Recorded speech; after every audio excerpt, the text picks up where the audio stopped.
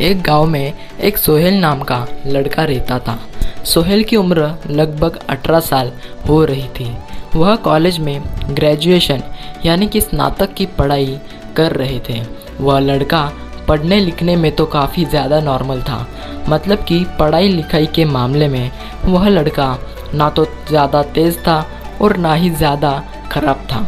उसका roll number मतलब कि सोहेल का रोल नंबर पर अपनी कक्षा में हमेशा 3 या 4 नंबर पर होती थी। सोहेल पढ़ाई लिखाई के साथ साथ प्यार मोहब्बत वाली चीज़ों पर भी काफ़ी ज़्यादा विश्वास करता था। सोहेल चाहता था कि वह अपनी पूरी ज़िंदगी में किसी न किसी लड़की से प्यार करके ही शादी करेगा। जयपुर शुरुआत में ग्रेजुएशन में पढ़ाई कर रहा था तो प्रथम सेमेस्टर में उसे किसी प्रकार की कोई प्यार करने की हिम्मत नहीं लगती थी। लेकिन जैसे ही वह दूसरे सेमेस्टर में जाते हैं उसे एक लड़की में काफ़ी ज़्यादा सुंदरता देखने लगती है। लेकिन वह लड़की क्लास में हमेशा प्रथम नंबर पर आती थी। इसका मतलब है कि वह लड़की जिसका नाम नेहा थी वो यहाँ हमेशा क्लास में प्रथम आती थी और पढ़ाई लिखाई करने में सोहेल से भी काफ़ी ज़्यादा आगे थी। पहले तो सोहेल अपने कॉलेज पर भी दिन नहीं जाया करता था। लेकिन जब से वह उस लड़की मुझको की नेहा को देखा था तो वह कॉलेज पर प्रतिदिन जाने के लिए बेबस हो गया था। उस लड़की से एक तरफा प्यार होने के कारण सोहेल कॉलेज प्रतिदिन और लगातार जाया करता था, जिससे कि उसकी पढ़ाई अच्छी होने लगी थी। अब उसे और भी अच्छी तरह से समझ आने लगा था, क्योंकि अपने प्यार के सामने बेइज्जती होने के डर से वह सभी डांस और सभी लिखने वाली चीज़ें सबसे पहले ही कर लिया करते थे। नेहा जिस तरह सेमेस्टर में फर्स्ट आते थे ठीक उसी तरह सोहेल भी सोच रहा था कि अगर मैं भी पढ़ने लिखने में काफ़ी तेज़ तरार बन जाऊंगा तो हो सकता है नेहा मुझे पसंद करने लगेगी। लेकिन यह बात तो अलग है। सोहेल तो पहले से ही नेहा को मन ही मन पसंद करने लगा था। अब तो नेहा को ही बार बार देखने का मन करता था सोहेल को। आपको बता दे कि सोहेल हमेशा उसे टेबल में बैठा करता था जिसके सामने नेहा बैठ सकती है। अब धीरे धीरे दोनों में काफ़ी ज़्यादा बातचीत में होने लगी थी, क्योंकि प्रतिदिन कॉलेज जाने के कारण उसे रोज़ाना कॉलेज जाने वाले लड़की और लड़के से काफ़ी ज़्यादा मिलजुल तथा पहचान हो गया था।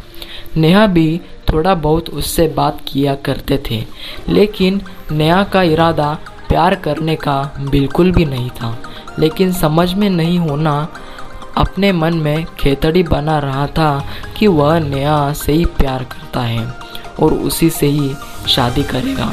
आपको बता देगी ज़िंदगी आगे जैसी जैसी गुजर रही थी, सेमेस्टर में पढ़ाई जैसे हो जाओगे गुजर ही रही थी, वैसे वैसे आप सोहेल को नेहा से बिछड़ने का दर्द भी मिलने ही वाला था।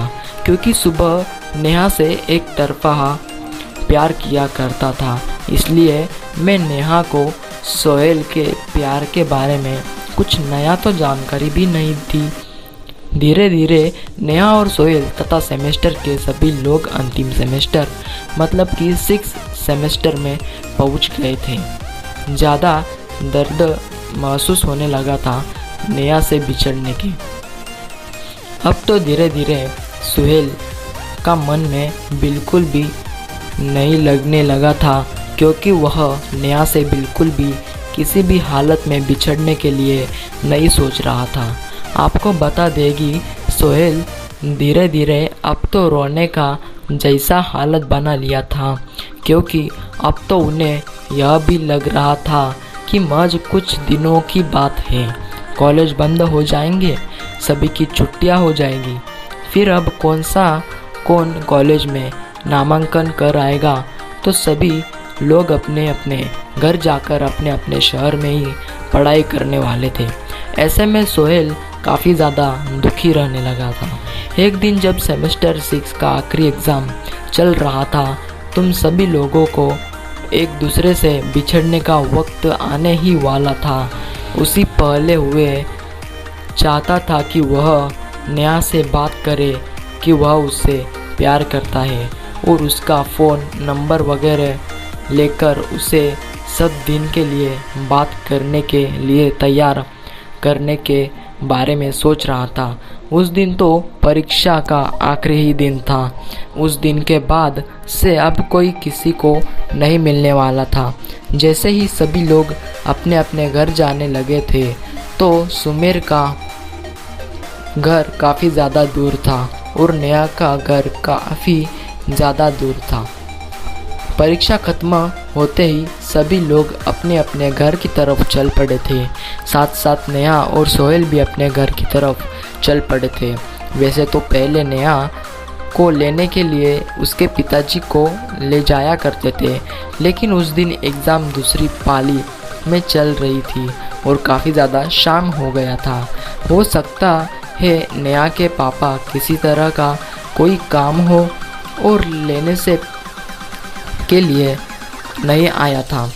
नेहा को इस बात की जानकारी बिल्कुल भी पहले से ही थी, इसलिए वह अपने घर जाने के लिए बस तथा ट्रेन का बारे में पता करने के लिए स्टेशन तथा स्टेशन के बगल में बस अड्डे पर पहुंचने लगी थी।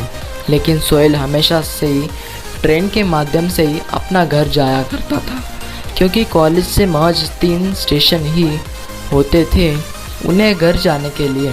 क्योंकि सोहेल का घर और कॉलेज मात्र 15 किलोमीटर की दूरी पर ही थी, लेकिन हम बस तथा ऑटो में किराया ज़्यादा होने के कारण वह हमेशा ट्रेन से ही सफ़र किया करता था।